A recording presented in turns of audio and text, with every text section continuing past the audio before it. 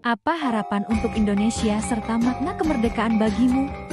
Bebas dari masa penjajahan, kebodohan, dan merdeka itu kayak bisa berkembang sesuai minat dan bakat.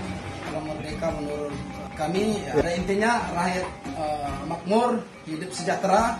Harapannya untuk Indonesia lebih maju untuk kedepannya. Dari saya semoga kedepannya itu lebih memperhatikan lagi gitu, menerima saran-saran dari masyarakat.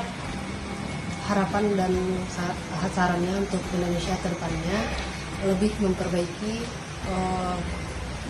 pemerintahan dan mendengar suara-suara rakyat. Terus Dirgahayu Republik Indonesia yang ke-80. Dirgahayu Republik Indonesia yang ke-80 tahun. Bersatu berdaulat, rakyat sejahtera Indonesia maju. Belka Agam, salam kompeten. Belka Agam, salam kompeten.